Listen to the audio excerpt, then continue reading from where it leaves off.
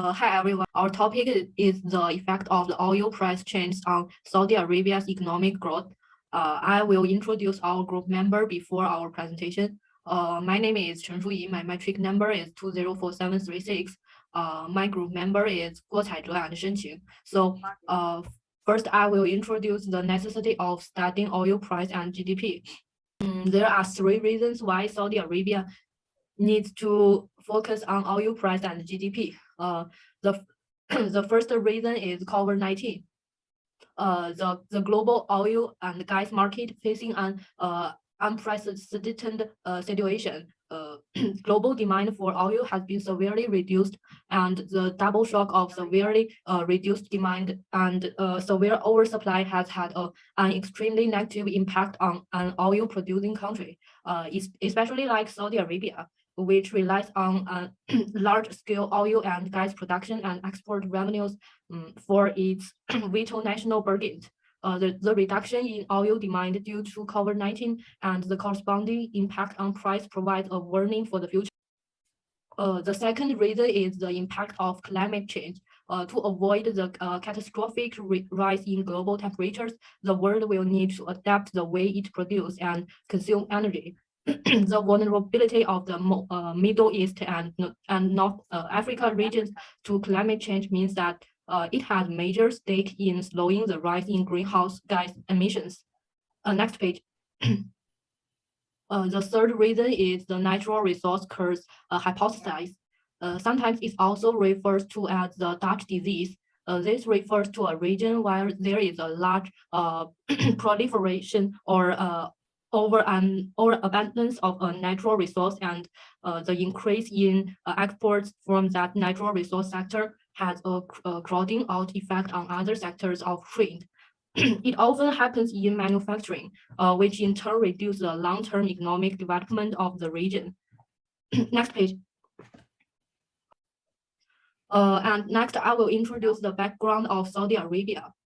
The Kingdom of Saudi Arabia is the largest country on the Saudi Arabian Peninsula, covering about 80% of the total area of the Arabian Peninsula, with a desert covering about half of the country. No standing rivers or lakes throughout its territory. A dry and hot climate and a rich oil deposit under the Sea of the Sad, making it one of the world's leading oil producer and exporters.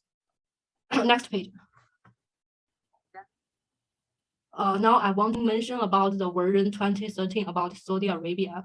On April 2016, Mohammed bin Suleiman, the crown prince of the Kingdom of Saudi Arabia, announced an objective under the Council of Economic and Development Affairs named version 2013. The main goal of the version is to make the economic of Saudi Arabia more viable and not just rely on oil to sustain its economic. There are three main points in the version 2030. The first is a thriving economic. The Kingdom of Saudi Arabia has put in place certain plans and programs to shift and prosper its economic. This includes a focus on the business, trade, and tourism sectors. And the second is an ambitious nation. Digital currency, hybrid and cyber warfare, and nuclear power are the future of the international relations. The Kingdom of Saudi Arabia has taken many measures to deal with these technologies. And the last is a vibrant society. A vibrant and independent society is a key element of the stable and effective government. The kingdom takes their factor into account and promotes the need and well-being of its citizens. Okay, that's all my part. Thank you. My name is Guo Caizhe 204451, and I will introduce further about the part 2, theoretical discussion and how to use the theoretical model to analyze the relationship between crude oil price and Saudi Arabia's GDP. In 1928, the Cobb and Douglas studied a long history data of the American manufacturing industry and put forward the CD function. CD function means that labor and capital are the most important contributions to output, while other factors are negligible, and especially total factor productivity. Also, the technological progress is a constant condition. In 1957, American scientist Robert Solow used this to publish the paper and pointing out that the 87.5 of the per capita output growth in American economy was achieved by scientific and technological progress, which later called Solow residue. And the stated function, regarded as the TFP, technology progress, is a constant, which means the TFP is regarded as the exogenous. But we refer to the Edward 1962 paper. The economic growth can break the law of the diminishing marginal products of the input, labor, and capital. Is because some factors in the technological progress are the endogenous to the economic growth. So we divided it into the two factors, the human capital and the narrowly technological progress, innovation and improvement in technology and science. Additionally, we also refer to the Mankiw et al. 1992, a law augmenting other variables inside the traditional classical model for Solow. So we get this model, and we make the logarithm from the both sides get a linear model.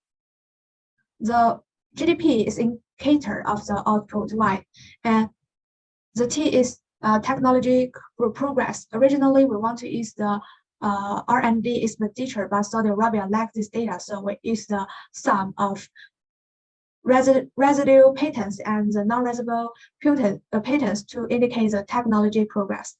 And the H is human capital. As we all know, the education is the most important factor to form the human capital. So we use the education expenditure from the physical expenditure to indicate this one. And COP is crude oil price. We use the West Texas Intermediate crude oil price. And the labor is total labor. And capital is total capital. We choose the data from the 1919 to 2019 and from the World Bank. And we use the EVIL 12 version to analyze the model.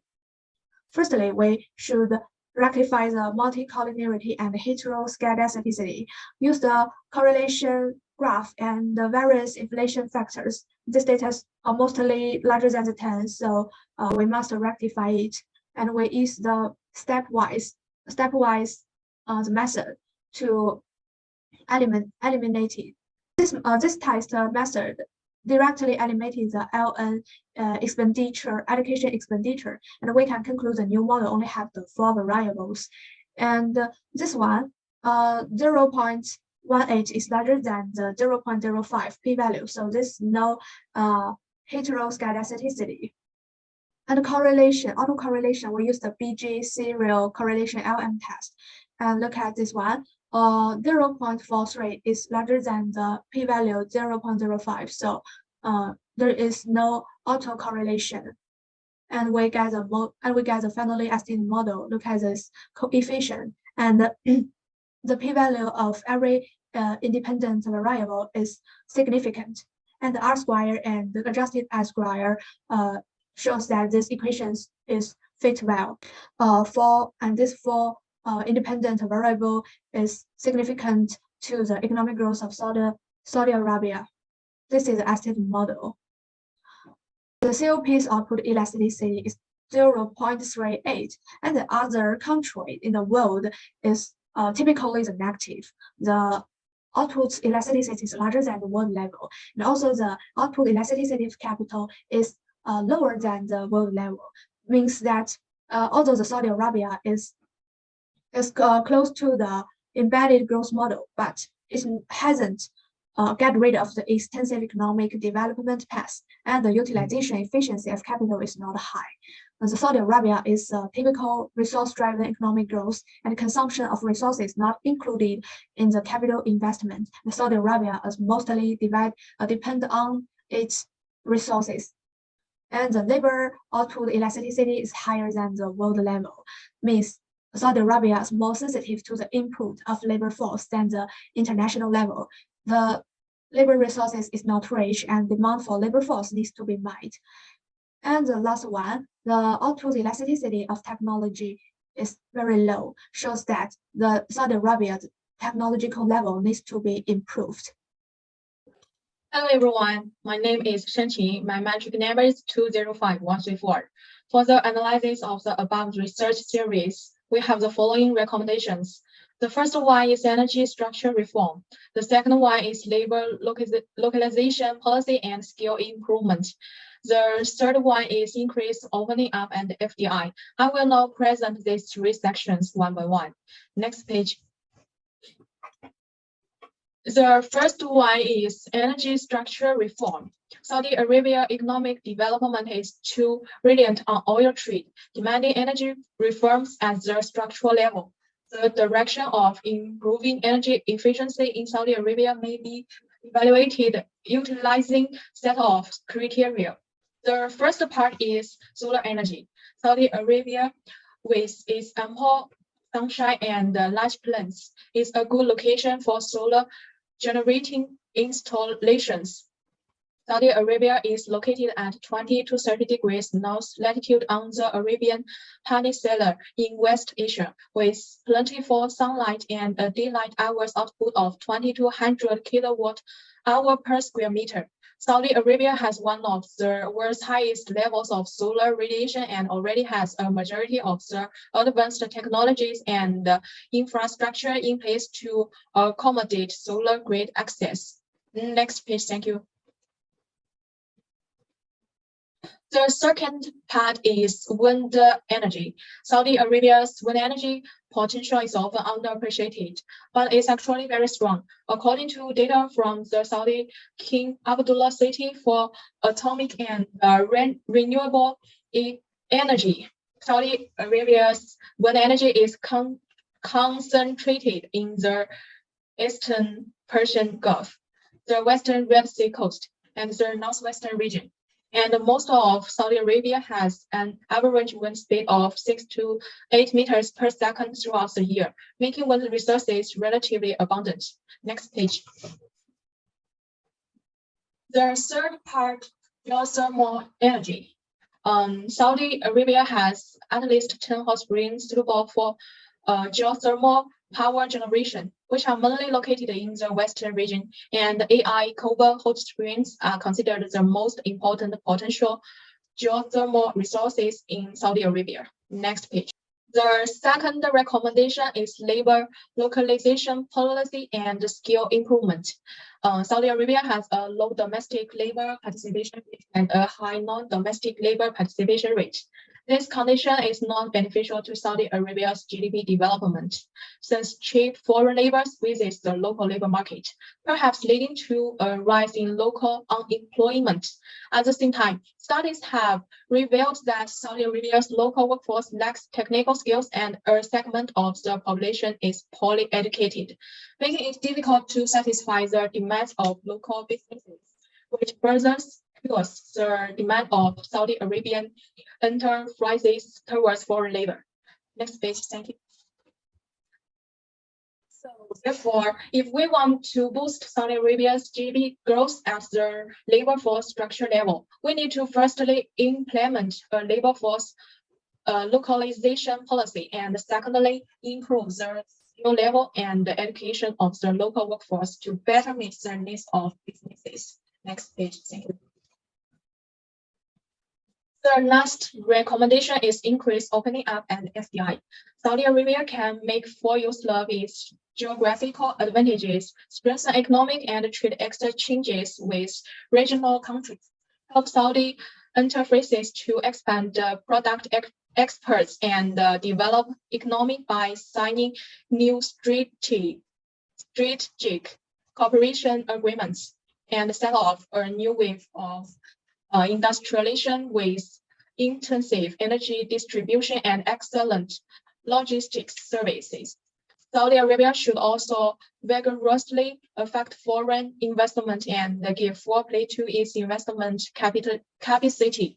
In addition, Saudi Arabia should establish a global, advanced, and open financial and capital market, which will provide a fertile soil for expanding financing opportunities, invest and trading channels in the securities market, and promoting the listing of Saudi companies, especially Saudi Aramco. Okay, that's all of our group presentation. Next page. These are the references. Okay, thank you for your listening. Thank you.